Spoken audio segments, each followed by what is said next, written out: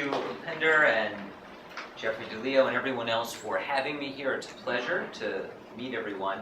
And I have to say that Jeffrey is correct in that I go around, I do a lot of readings around the country, and it is really rare to find a house this packed that chairs have been put in the front row, people are standing, and you should realize how special it is to have a community here where you have a reading series with this much kind of wonderful track. So it's a great pleasure. There is a chainsaw here, and I would very much love to use the chainsaw, but I'm told I probably shouldn't use the chainsaw. So instead I'm going to show you a video where I am using the chainsaw. What I will need some help with is the lights.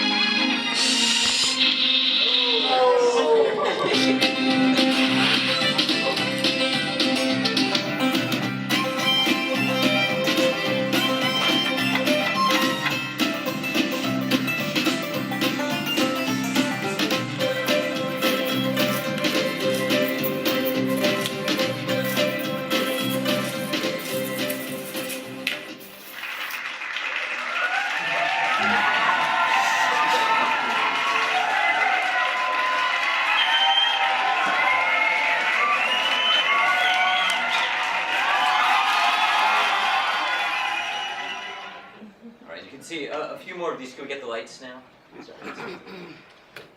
What I wanted to give you a sense of today is the kind of wide swath of the type of creative work I try and do. And I also am wary of short attention spans because I have one. If you're like me, you go to a reading and I immediately begin wandering. Sort of like when you're driving somewhere and the windshield wipers are going and you realize you're 20 miles from where you started, but you don't know what territory you've covered. So, especially as it's lunch hour and maybe some of you are hungry, we'll see if we can work around that a bit.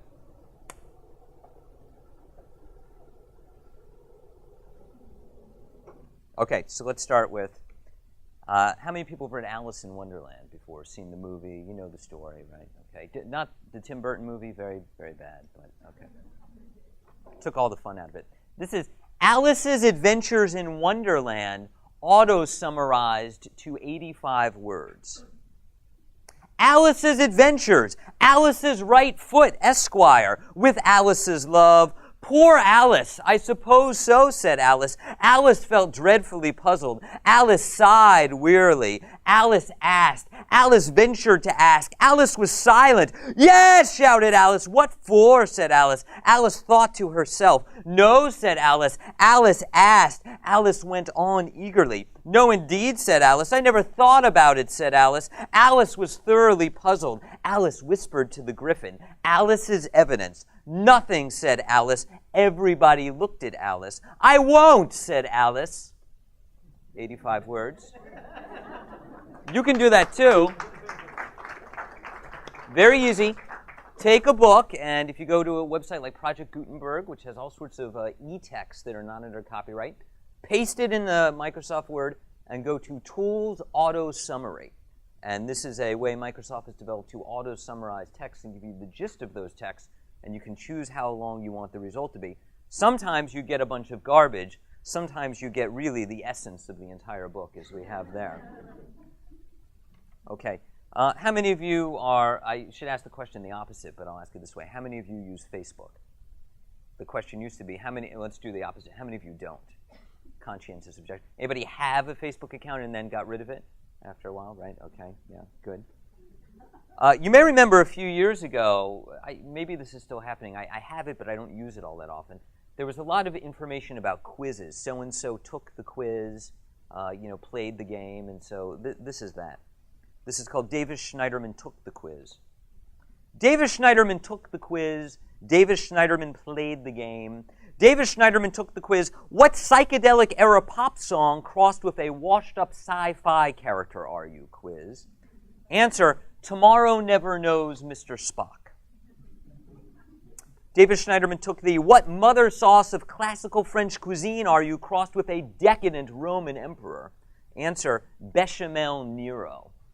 Bechamel is a gooey white sauce. Davis Schneiderman took the quiz. Davis Schneiderman played the what high school subject crossed with a native god are you when you first wake up after an all-night bender? Answer, Quetzalcoatl trigonometry. Davis Schneiderman incurred the wrath of the undead. Davis Schneiderman took the what kind of sandwich crossed with a battle from the 7 Years' War are you? Answer, Battle of the Plains of Abraham Vegan Club. Davis Schneiderman came into some money. Davis Schneiderman took the how many Facebook requests are you ignoring game? Answer, all of them. Davis Schneiderman unfriended, maybe I've unfriended you. Davis Schneiderman played the game, what unholy love child of a serial killer and doctor of the Catholic Church are you? Answer, Jeffrey Bede the Venerable Dahmer. Remember Jeffrey Dahmer, the cannibal? Davis Schneiderman played the guess which American celebrity you'd most like to kill in a fight with totem animals. Roosters, bunnies with shivs, etc. Davis scored 2,321 points by training Pikachu to stab Rush Limbaugh with a mirror shard. Just stab him. Davis Schneiderman took the quiz. What two anagrams of Barack Hussein Obama best describes your feelings on the current monetary crisis, as advertised at the front of the phone book? Answer, AAA Basic Broken Mush and AAA Kebab Richness Moo. Davis Schneiderman took the quiz. Thank you.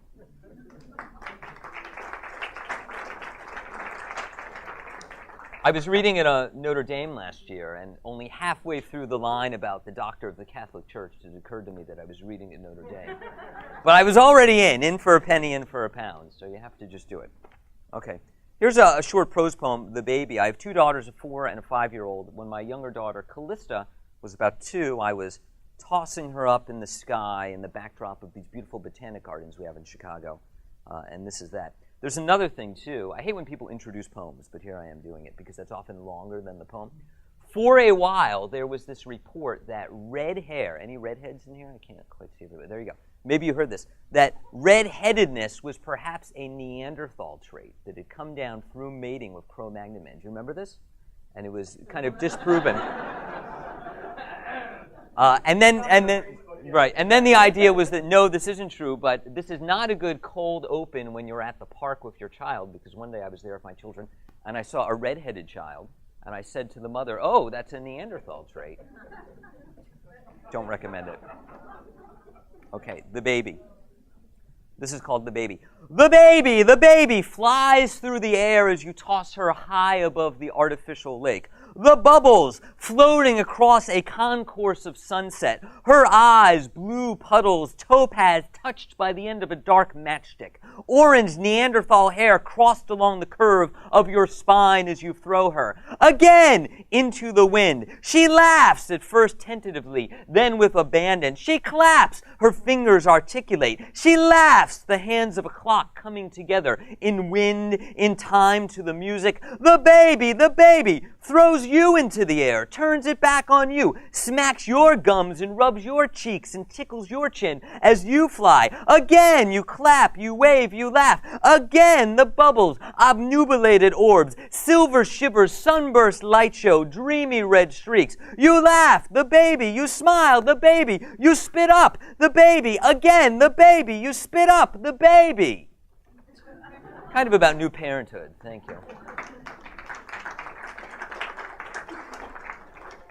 All right, Blank is indeed a largely blank novel, and Upinder did a really nice job of introducing it.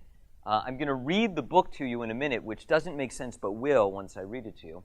And it does come out in many different forms. There's an ebook variety that'll be released soon, and there's this fine art edition. The fine art edition costs $7,500. It's encased in plaster. You have to smash the plaster one time to get to a kind of wooden box which I'm hoping will have Victorian padlocks on it. You'll have a kind of skeleton key. And then you open the box and you will find the book with a recycled bamboo flash drive, which has the audio tracks from DJ Spooky, an acquaintance of mine, who did these Bach remixes that have become part of the audio for the work. Half the proceeds from the book go to benefit an arts colony that DJ Spooky is involved with on the Pacific Polynesian island of Vanuatu. There was a survivor there some years ago.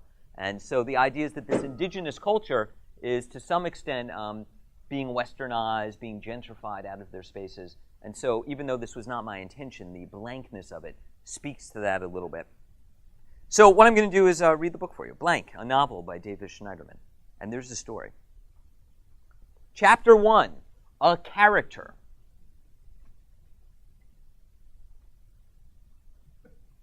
Chapter 2, another character.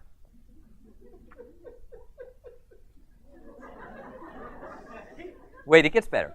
Professor Carr, he asked if this book was going to be read, so here's your dream come true, okay? Chapter 3, Les Meet. Chapter 4, an obstacle. Chapter 5, they fall in love. Very sweet. Chapter 6, they argue. You know how this goes. It's kind of your story in a lot of ways. Chapter 7, more obstacles. Chapter 8, they fall apart. Chapter 9, a character broods. Chapter 10, another character responds. Chapter 11, a character turns inward to the mind. It's kind of the philosophical section. Chapter 12, another character turns outward to the body. That's the sexy part. Chapter 13, they encounter an animal, which is true, that did happen. Chapter 14, they reunite. Chapter 15, a character sickens. Chapter 16, another character worries. Chapter 17, a character dies. Chapter 18, you die. Yeah, it involves the reader in a lot of ways. Chapter 19, I die. Chapter 20, this book. Thank you very much.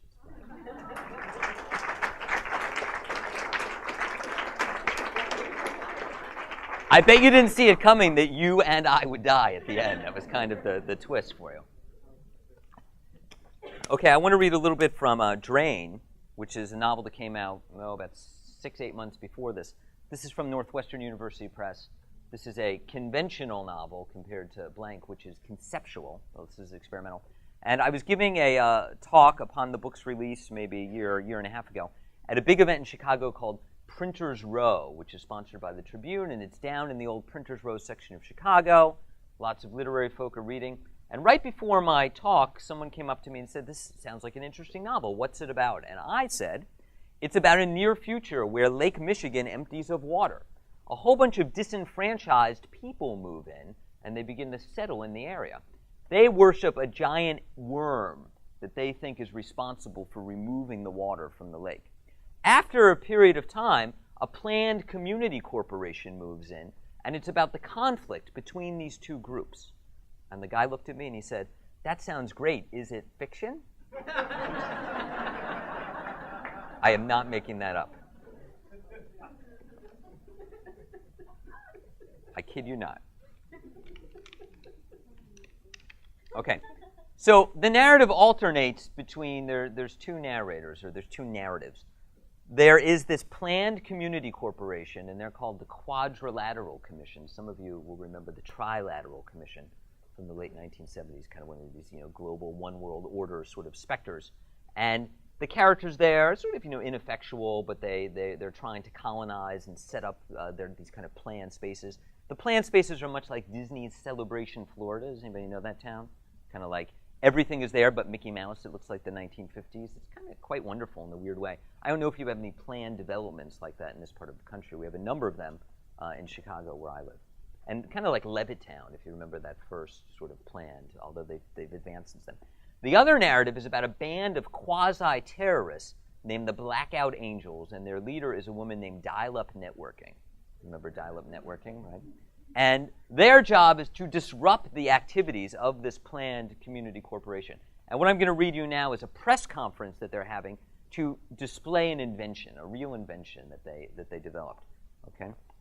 And this is based on a real art piece that was done in Belgium. In invention. The Blackout Angels simply love to rape, darlings. We practice a brand of extreme physicality. This is dial-up networking. Picture the Jesuits. Never knocking, they burst into convenience stores without shirts and shoes, riot squads overturning the slush machine, weighed down by crosses and cheap gold lame habits. They barge into your condo, unplug the microwave, spit into your burnt popcorn. They'll goose step into a crowded stadium, throw drunk Jansenists out on their arses, and toss mint julep Molotov cocktails spiked with battery acid. And we're 1,000 times more physical. We've constructed a machine that demonstrates our philosophy. Snarling cracks in widgets, flying iron filings, rusted spark flashes characterize Dr. Zebediah Duger's amaze-tastic, self-conflagrating shithole wonder machine, named after that quadrilateral hack himself, Zebediah Duger. Duger is the head of the kind of enemy corporation. My Blackout Angel, called Number, his white boy afro teased to gargantuan radius, is the prime mover of this particular pet product. Ladies and germs, Blackout Angels at large, sympathetic funding agencies from the accursed quadrilateral bourgeoisie. When I remove this protective blanket, your sight will at first serve no discernible purpose. Do not be alarmed. Rather, let your nose astound and delight you with the putrid stink that we have successfully replicated at great cost to several of our most double secret operatives. Whoosh! The shithole wonder machine announces itself in a series of odd-toned knocks and rustling leaves, snapping cold gray, sobbing afternoon olfactory buzz, vacuum stench of new age massage parlors, plunge pools drained by a single hose channeling the sum of human experience into the wash of cilia caked with Cenozoic mucus, brimstone-flavored Gatling gun residue in a Civil War aftershock, pungent skunkweed in the fermented mash of mason jars, mold-covered molasses soaked in turpentine unearthed after 100 years, buried 6 feet under a two-way radio. This is vintage shit, Number proclaims in his dapper lab coat, still sporting a bandolier. Sniff, my pretties, and a whole new world flowers before us. Let me demonstrate the proclivities of this particular fundament machine. Now I have to briefly explain that the real invention was a machine by a Belgian artist that you fed it food. It was kind of a robot machine. It produced feces. This is real. I'm not even. This is the reverse. Okay? Truth is stranger than fiction. He lifts a wet wad of steaming uncut feces with a rubber glove and then squeezes it. The mass forms ridges and bumping furrows as if a comb made from human bicuspids pushes through a mound of rotten compost. We gasp for breath as millions of microscopic toxins escape into the air, pollinating the bland horizon, the colorless, textureless air of your hometown.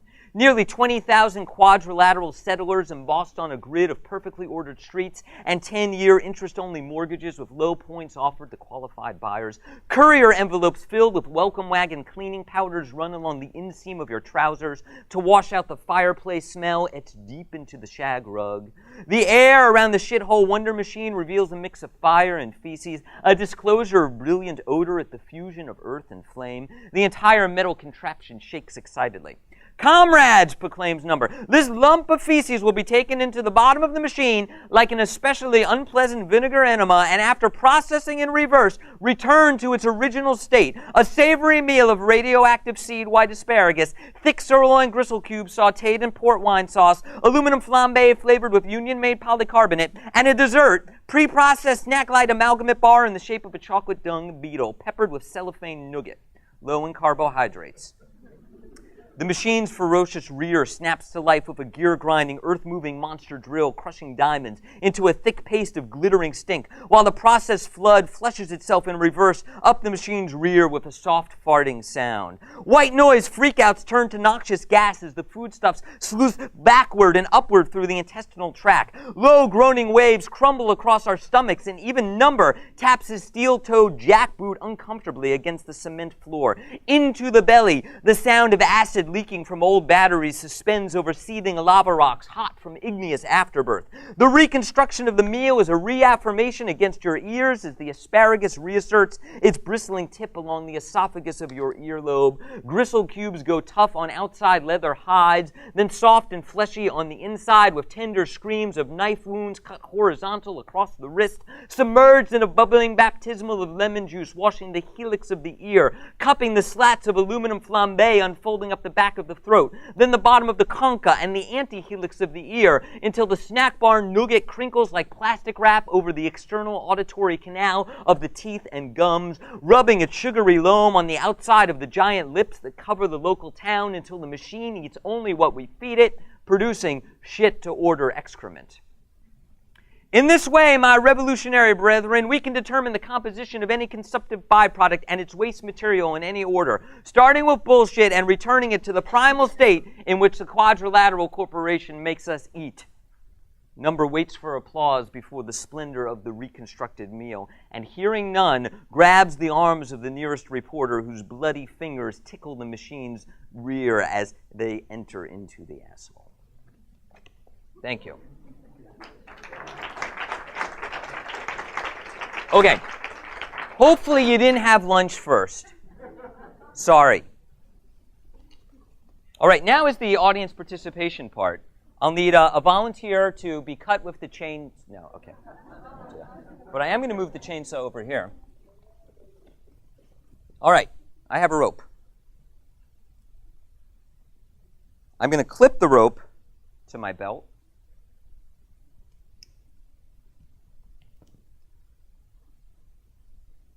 Let's see if I can get it on there, on the carabiner. Okay, so what I need you to do, you can help me, is sort of begin to thread this a little bit. So take the rope like right here, kind of thread it over here, and when you feel like it, start to pass it back. You don't have to let out the whole 100 feet. Yeah, that's good, and pass it back. You only want maybe 2 or 3 people, and you can wind it through a little bit. You know, pass it back. There you go, right. And does this move? Yeah, okay. Okay. No, in fact, we want the chainsaw to stay away. Give me a little slack as I grab what I'm going to read. Okay. You kind of wind it through, grab it if you want.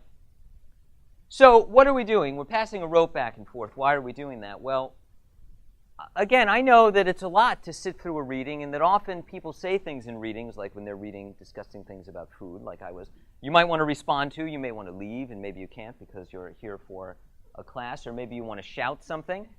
So this is your chance to respond to the reading. Literally, as I read, you can pull on the rope to express pleasure, displeasure, satisfaction, anxiety. Yeah, kind of send it back a little bit more. Watch if you have cups or drinks you want to watch, because those are the first casualties of this. Yeah. I'd recommend you send it back because you don't want it to be too long in any one direction. This only works if you all work in concert with each other, too. And don't be afraid also to let it go if it's starting to burn your hands. I don't have gloves for everyone.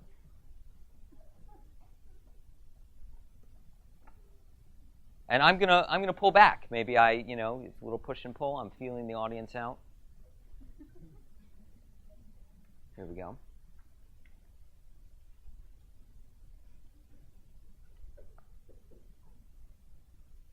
Okay. Yeah, and if you want to kind of settle it around there. So everybody might want to pull a little bit to get it slightly taut, not completely, but just so just a little. Give it a pull. Okay. That's the opening jingle for the whole shtick. You missed the cue, but that's okay. And then you cut it off a little too soon, but we'll work on it. So this is another auto summary. The thing when you auto summarize a book like Alice, you get the word Alice appearing a lot, but you get other things like Griffin. I don't know how Microsoft determines that the Griffin is more important than the Mad Hatter. But this is the importance of being earnest right? Oscar Wilde. A trivial comedy for serious people by Oscar Wilde, because you're serious people, auto-summarized to 99 words, plus the addition of man-eating cannibals. And when you auto-summarize a play, what do you think you're going to get? Because what's the most pronounced feature of a play are the names of the characters repeated over and over again, okay? So here we go, ready? And you can respond. Everybody ready? Okay. Algernon, Algernon, Algernon. Fresh meat. Algernon, Algernon, Algernon, Algernon, Algernon, Algernon, Algernon. Now you're getting angry. Good. Jack. Me cannibal. Algernon, Jack. Algernon, Jack. Algernon, Jack. Algernon, Jack. Algernon, Jack. You tasty. Algernon, Jack. Algernon, Jack. Algernon, Jack. Get in big iron soup pot. Algernon, Jack. Algernon, Jack. Algernon, Jack. Cecily. Algernon, Jack. Algernon. Me adding secret spices from Orient. Jack. Algernon. Algernon, Jack. Jack. Jack. Jack. Algernon. You gamey like quail. Jack. Jack. Jack. Jack. Jack. Jack. Jack. Marbled fat from being too sedentary. Jack, Jack, Jack, Jack, Jack, Jack, Jack. Digest you over a period of days. Jack, Jack, Jack, Jack, Jack. Cecily, dried strips of jerky. Cecily, Cecily, digest you later. Cecily, Cecily, cold winter. Cecily, Cecily, Cecily, Cecily, for all of us. Cecily, Cecily, together. Thank you. Thank you very much.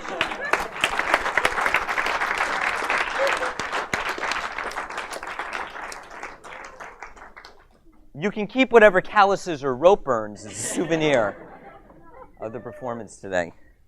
See if I can get this off. Okay, so there wasn't really enough room in this stuffed auditorium for me to do this. Sometimes the way it really happens is people pull me up and I didn't want to step on you. I can collect that at the end if you just want to drop it. So I was doing this at the University of Central Arkansas, where I was the visiting artist in residence last spring. I'm out of breath, and that's part of the show also. And there was a very mild-mannered chair of the department there. I've forgotten his name. He was a kind of Renaissance scholar, late medieval. Bald on the top, bushy hair back here, early the mid-50s, played tennis, super mild-mannered, mellow guy. I'm in a big auditorium like this. Immediately, I start to get pulled up, so I hop over, I make a great show of it.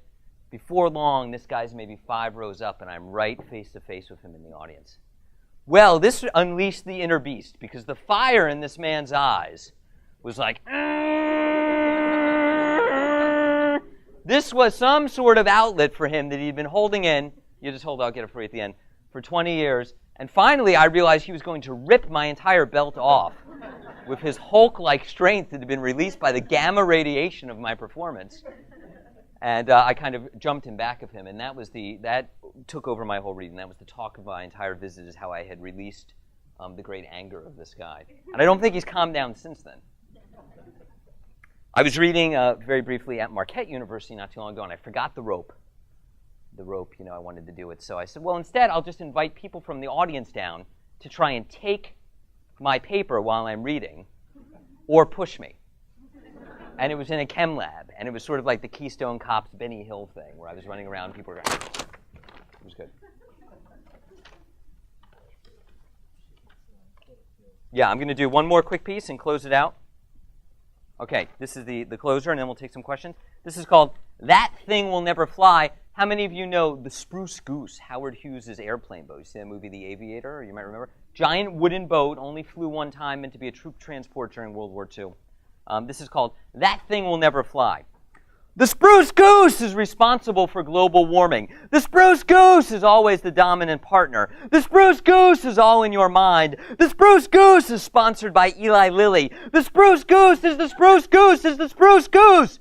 The spruce goose is a fair weather friend. The spruce goose is armed with pepper spray. The spruce goose is for nuclear power. The spruce goose is not germophobic. The spruce goose is agoraphobic. The spruce goose is chock full of vitamins and nutrients. The spruce goose is tired of bad relationships. The spruce goose is looking for a good diet pill. The spruce goose is no longer shaving under its arms. The spruce goose is afraid of Google Earth. The spruce goose is boycotting the Rio Olympics. The spruce goose is sick of the friendly skies. The spruce goose is sure no one cares. The spruce goose is running for president. The spruce goose is voting early and often. The spruce goose is manipulating your chi. The spruce goose is affectionate like a puppy dog. The spruce goose is part of a new media paradigm. The spruce goose is blogging about its own shortcomings. The spruce goose is dousing your french fries in salt. The spruce goose is moving at the speed of wood. The spruce goose is crazy for boy bands. The spruce goose is fragmenting history. The spruce goose is actualizing the rainforest. The spruce goose is an environmental mess. The spruce goose is a poor communicator. The spruce goose is illegally dumping in the river. The spruce goose is up on cement blocks in your front yard. The spruce goose is forever 21. Thank you very much.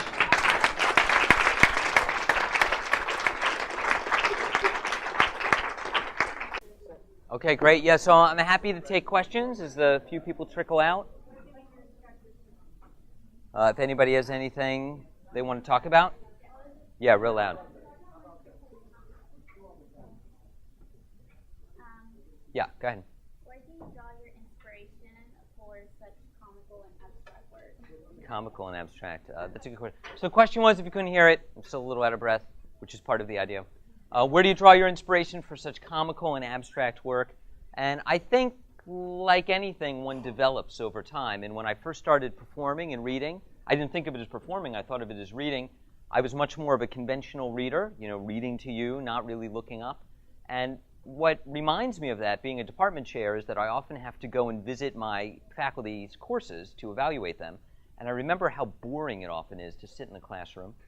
Right? I have very short attention span, particularly when the professor or the person speaking to you is not doing a lot to try and connect with you and communicate with you.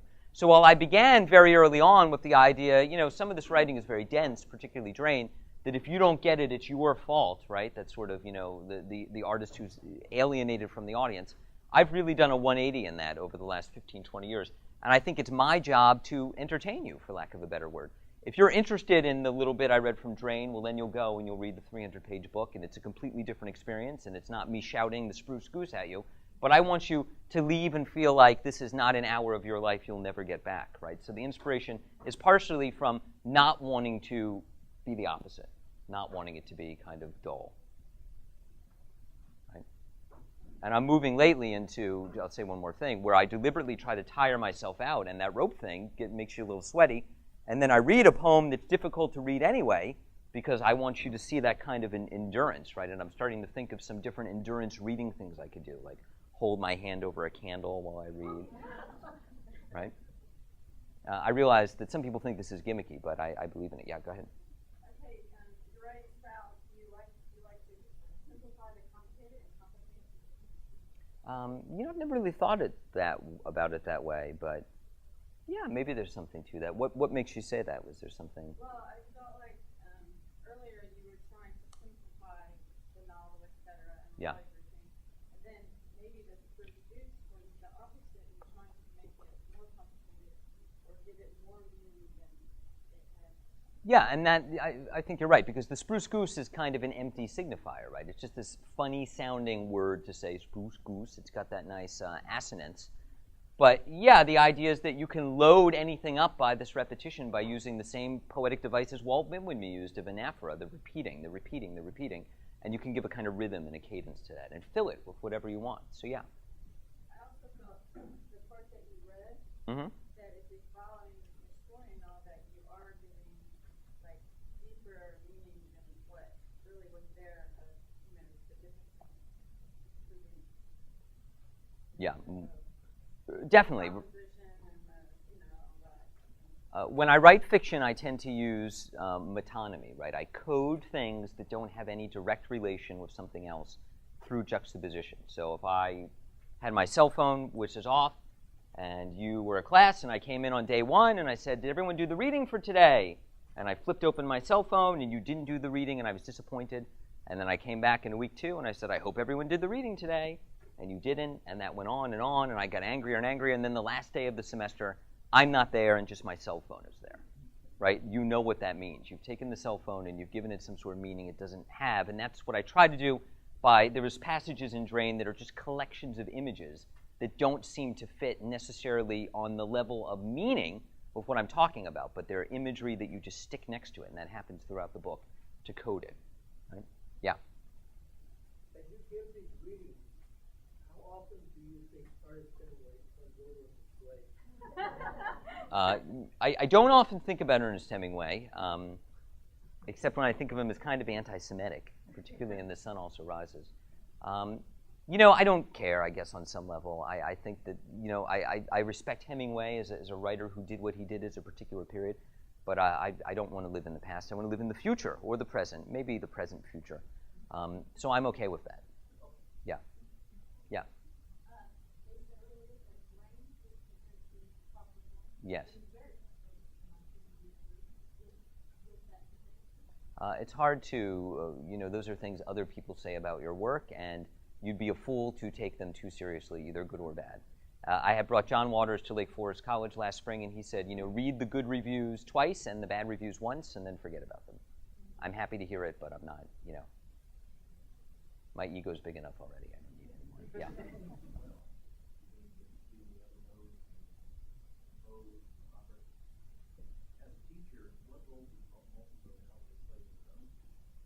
Yeah, well, there was just a study I saw the other day saying that it's perhaps wrong that people learn in different ways. For years we've been talking about these multiple intelligences. Some people are audio, oral learners. Some people are kinesthetic learners. There's an article done, real research was backing this, saying, not so much. Everybody can it doesn't really matter. You're going to get the same result. Nonetheless, we talk about, in the last 20, 30 years, the decentered classroom, right? Not having the students be the traditional lecture. Are you that kind of sage on the stage, or the guide on the side, to be borrowing this kind of pedagogical discourse? I think that there are real political implications to the way you teach a course and what you teach, and can you go too far and make things so gimmicky that there's no content? Probably, but if you're coming at it from a theoretical perspective and you're thinking about why you're doing things, I think the key is to give students multiple modalities and different ways of working. I'm teaching a course in the Remix workshop right now, and the assignment, along with some theoretical reading, is get a fake Twitter account. Somebody's fake Shakespeare, somebody else is fake Kim Kardashian. I don't think they're identifying as that. And 10 tweets a week, and you're graded on how many followers and retweets you get and how funny it is, right? Amass, because that's a real tangible skill, right? You should know how to do social networking, because that's probably the job you're going to get in 4 years anyway. And you should do it for fun and be able to understand what it is and play with it and link it to a larger literary tradition if you can. Does that answer your question? Okay. Anything else? Don't be shy. Yeah. Has anyone ever purchased blank and then been upset? It's funny that you say that. Once. There's a writer for a blog called HTML Giant, a woman named Roxanne Gay, who's a really excellent writer. And she claims that she saw it at the big Association of Writing Programs conference last year, and that she didn't realize it was blank, but had heard of me and took it to her hotel room and opened it up and was surprised and confused. I don't really see how this is possible, because the book announces itself as a blank book. Anybody who would have bought it from the table of my publisher, the publisher would have said, this is a blank book, look at it. Now, there are books like Everything Men Think About Aside from Sex, and you get it from Amazon, and it's blank inside. Those are books that are jokes, right? This is meant to be conceptual art. It's funny, but it's not meant to be a joke. It's not pretending to be anything that it's not. But the whole narrative, notice you were reacting to that story, right? And I used to not read the book. What I would read instead is something like Glenn Beck has a novel. And I read excerpts of the novel, and I would pick out the really odious descriptions of women, and I would say you could buy that book, or you could buy a blank book. But I've come to understand that the blankness of it, just me doing it and pausing, that narrative has its own kind of morphological power, right? You're going through, even though it's blank, it says a lot about the way other books function. So no, I don't think there's a lot of jilted consumers, although there is this one case. You can see in the auditorium, most of you are kind of filling in, and there's a character, there's another, they fall in love, and that kind of thing. The the phrase they used was concretization. Yeah. But this is an extreme example of that. It's a lot of fun to see you perform it, as you take it off the stand, there's nothing in it, and you're like, is this a joke or what? But the performance really puts it together. And I was buying it. Good. And please buy it on your way out. That's right. And on some level, yes, it's a book that you might think or talk more about than read, but there's a long tradition of that type of art, right? And certainly not just from me. There's thousands of people who've done those types of conceptual works.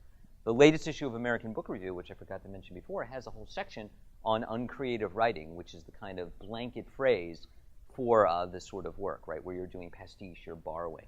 And it's just another example of what a great publication American Book Review is, and I hope you're lucky enough to know that it's cool that it's here and that you can be involved in some capacity with it. It's wonderful. What else, if anything? Yeah. Consider adding this to the point. Saying a few unsatisfied readers, unhappy with the ending, toss the book across the room. Well, if you get a copy, I will write that in there for you. Absolutely. Put in whatever you want. Okay. Thank you very much. I appreciate your time.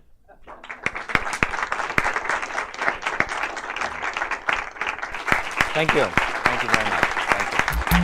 Thank you.